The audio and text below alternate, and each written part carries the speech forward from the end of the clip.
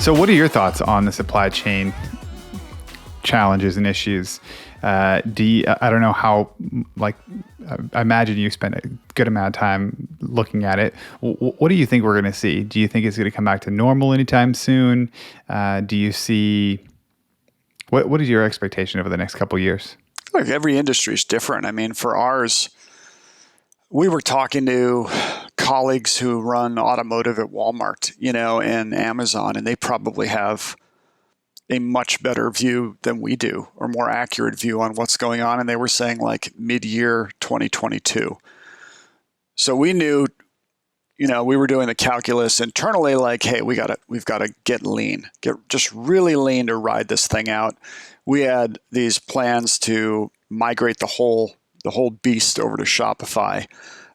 Each one of them, I think we have 5 retailers at the end. Each one of them would be on Shopify, running through like a back-end platform, run by really, I don't want to say a skeleton crew, but a small team on each one, which would have been a nice model. I'm kind of curious to how it would have worked out. I think it worked out best for our team that we sold the business instead, because the acquiring company does not have the capital constraints we did, and they're ready to, just blow it out even bigger. Yeah. But yeah, I think internally we were thinking we got to make it like at least through halfway through next year. Figure it out. It's been interesting. I've been following a couple people on Twitter that are really into it, and you've got some people saying, "Oh yeah, it's going to come back," and then you've got CEO of Flexport being like, "I don't see any way this comes back in the next year and a half." Yeah.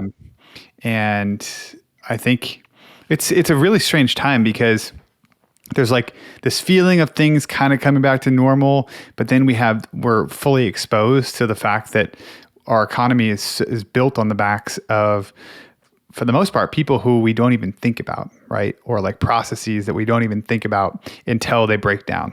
Yep. And I don't know, it's been overall a very interesting experience, something that you just take for granted, a lot of the kind of grunt work that needs to get done to be able to make things happen in our society. Yeah. And in retrospect, there's just a handful of key decisions that really changed the fate of a company like mine.